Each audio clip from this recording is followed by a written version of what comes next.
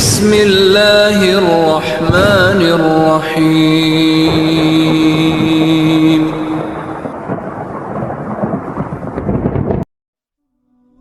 Assalamualaikum warahmatullahi wabarakatuh.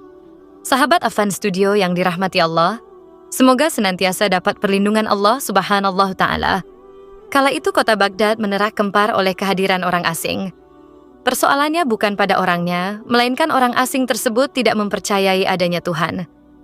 Bukan hanya itu, ia juga menantang orang-orang Muslim berdebat mengenai adanya Tuhan.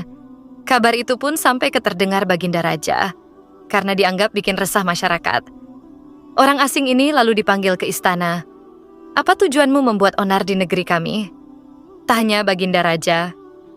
Orang asing ini menjawab, untuk apa mengaku bertuhan kalau tidak bisa menjawab pertanyaanku? Kemudian Baginda Raja bertanya kembali, apakah kamu tidak mempercayai adanya Tuhan?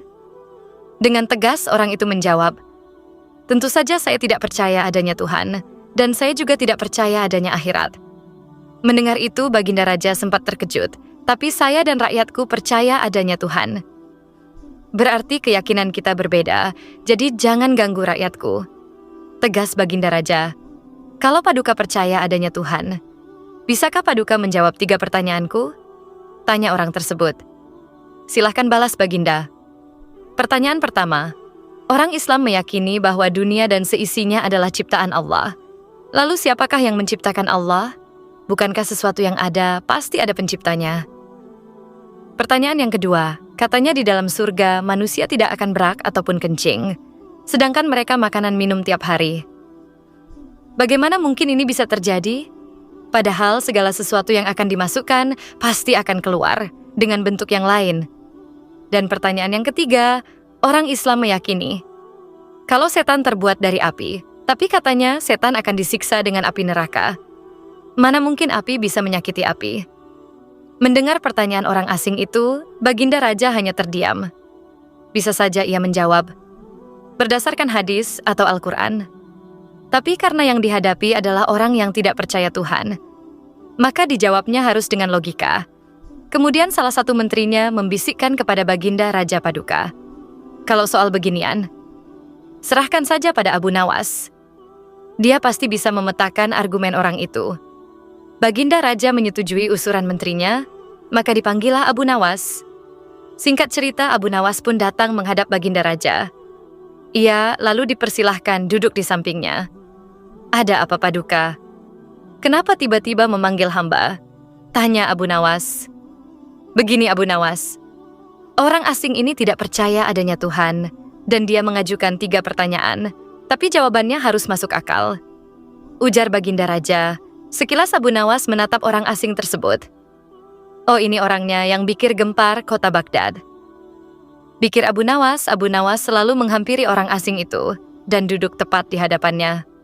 Silahkan apa yang ingin kau tanyakan, ucap Abu Nawas. Dengan penuh percaya diri, orang asing tersebut memulai pertanyaannya. Anda sebagai orang Muslim tentu percaya bahwa segala sesuatu, baik yang terlihat maupun yang tidak terlihat, pasti ada yang menciptakan. Iya, tentu saja. Saya percaya, timpal Abu Nawas. Sekarang saya mau bertanya, siapakah yang menciptakan alam semesta dan seisinya? Tanya orang asing. Yang menciptakan alam semesta dan seisinya adalah Allah Tuhan saya. Jawab Abu Nawas. Oh, baiklah. Lalu apakah yang menciptakan Allah? Bukankah tadi Anda mengakui bahwa segala sesuatu baik yang terlihat maupun tidak terlihat pasti ada yang menciptakan? Tanya orang itu kembali. Sejenak Abu Nawas terdiam, ia pun lalu berkata, Anda pasti tahu, kalau kami selaku orang Islam mengakui hanya ada satu Tuhan. Kita istilahkan saja Tuhan dengan angka 1. Sekarang gantian aku yang bertanya. Angka 3, berasal dari angka berapa? Tanya Abu Nawas. Angka 3 berasal dari angka 2. Ditambah 1, jawab orang tersebut. Tepat sekali. Kalau angka 2 berasal dari angka berapa? Tanya Abu Nawas kembali. Angka 2 berasal dari angka 1. Ditambah 1. Jawab orang itu. Benar sekali. Sekarang kalau angka 1 sendiri, berasal dari angka berapa? Tanya Abu Nawas. Orang itu kaget dengan pertanyaan tersebut. Ia hanya terdiam. Tak bisa menjawabnya. Kemudian Abu Nawas berkata kembali, pada intinya semua angka pasti ada awalnya. Entah itu angka 5, angka 4, ataupun angka 10. Dan angka-angka tersebut diibaratkan alam semesta ciptaan Allah. Apabila kamu bertanya, siapa yang menciptakan Allah? Sama halnya saya bertanya, dari mana angka 1 itu ada? Kamu pasti tidak akan bisa menjawabnya. Jelas Abu Nawas. Orang itu pun langsung terdiam, merenungi kata-kata Abu Nawas. Untuk jawabannya atas pertanyaanku yang pertama, masuk akal juga. Sekarang pertanyaan yang kedua. Kalian sebagai orang Muslim pasti meyakini kelak hidup di surga tidak akan berak dan kencing. Padahal di sana kalian makan dan minum setiap hari. Mana mungkin itu bisa terjadi? Jelaskan padaku, tanya orang asing tersebut. Baik, akan saya jelaskan. Apakah kamu dalam kandungan rahim ibumu? Tentu kamu makan dan minum, bukan karena menurut ilmu medis. Seorang janin memakan sesuatu yang dimakan ibunya. Lalu ketika kamu dalam kandungan ibumu, selama 9 bulan, apakah kamu pernah berak ataupun kencing? Untuk kedua kalinya. Pertanyaan orang asing itu bisa dijawab dengan mudah oleh Abu Nawas. Baik, jawaban memasuk akal. Sekarang pertanyaan terakhir. Kalian sebagai Muslim pasti meyakini kalau setan terbuat dari api dan neraka juga terbuat dari api. Tapi yang membuat saya heran, katanya setan akan disiksa dengan api neraka. Mana mungkin api bisa menyakiti api? Itu hal konyol. Yang pernah saya dengar, ujar orang asing tersebut.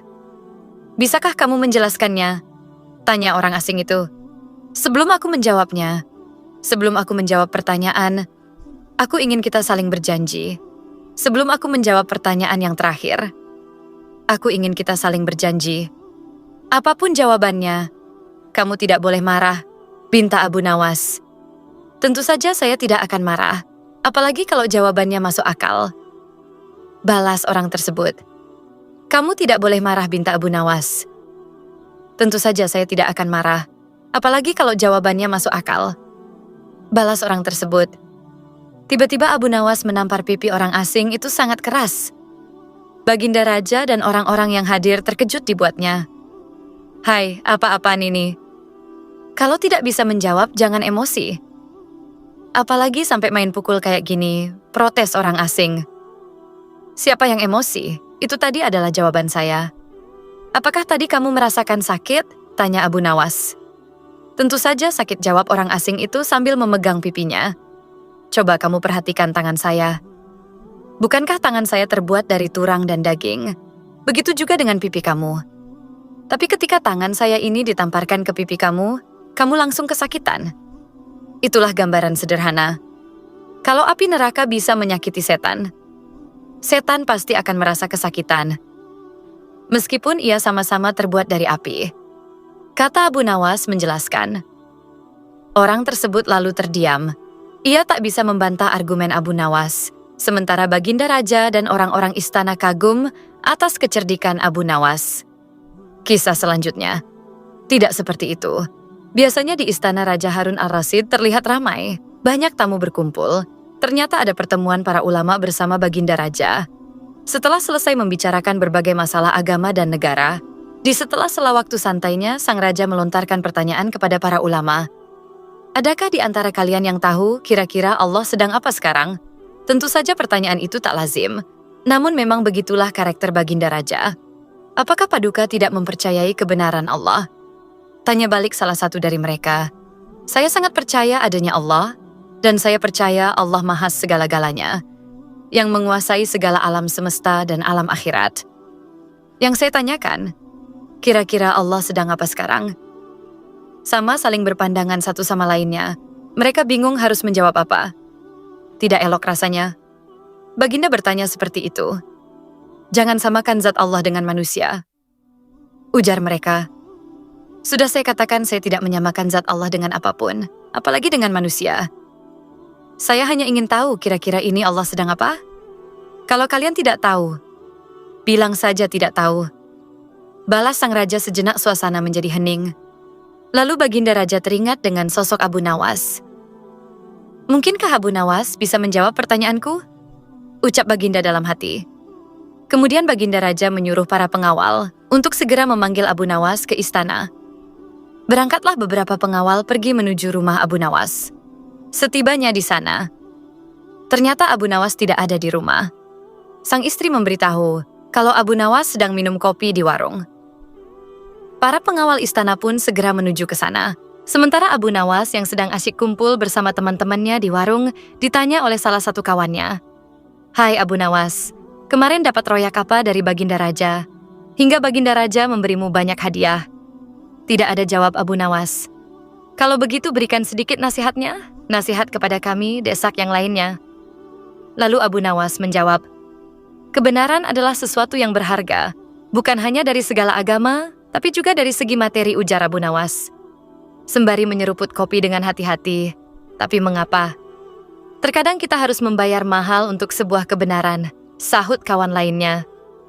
Abu Nawas menjelaskan, "Coba kalau engkau perhatikan, mahalnya harga sesuatu dipengaruhi oleh kelangkaannya.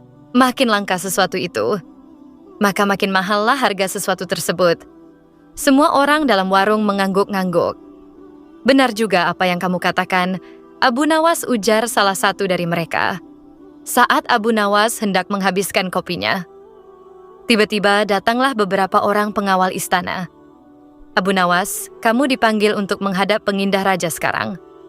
Dengan pakaian seadanya, Abu Nawas pun pergi ke istana bersama beberapa pengawal kerajaan.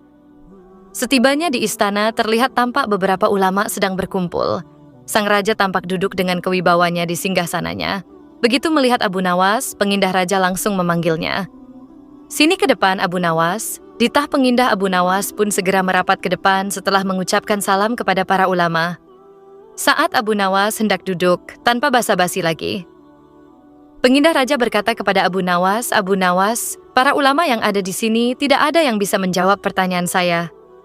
Saya ingin menguji kecerdasanmu. Apa kamu bisa menjawab atau tidak?" Kata pengindah raja kepada Abu Nawas, "Wahai Paduka yang mulia, bukankah beliau-beliau ini adalah ulama yang berilmu agama tinggi? Sedangkan hamba hanyalah orang biasa. Rasanya tidak pantas." "Kalau hamba yang menjawab," sahut Abu Nawas. "Tapi kalau boleh tahu, pertanyaan macam apakah yang pengindah tanyakan?" "Saya bertanya kepada para ulama. Di sini kira-kira Allah sedang apa sekarang?" Tapi tak ada satupun yang bisa menjawabnya. "Apakah kau tahu Allah sedang apa sekarang?" Mendengar pertanyaan yang aneh itu, sejenak Abu Nawas terdiam. "Saya bisa menjawab pertanyaan itu. Tapi ada syaratnya," sahut Abu Nawas. "Apa syaratnya?" tanya Baginda. Sedikit terkejut, syaratnya adalah, "Saya harus duduk di singgasana Baginda Raja, dan Baginda Raja harus duduk di bawah bersama para ulama," jawab Abu Nawas. "Syarat macam apa lagi ini?" gumam Baginda Raja dalam hati. Tapi karena penasaran dengan jawaban Abu Nawas, Baginda Raja pun menuruti permintaan Abu Nawas. Setelah Abu Nawas duduk di singgasana Baginda Raja, dan Raja Harun al-Rasyid duduk di bawahnya, Abu Nawas berkata dengan lantang, "Kalau Baginda ingin tahu Allah sedang apa sekarang, saksikanlah Allah sedang mengangkat Abu Nawas jadi raja, dan Harun al-Rasyid jadi rakyat biasa."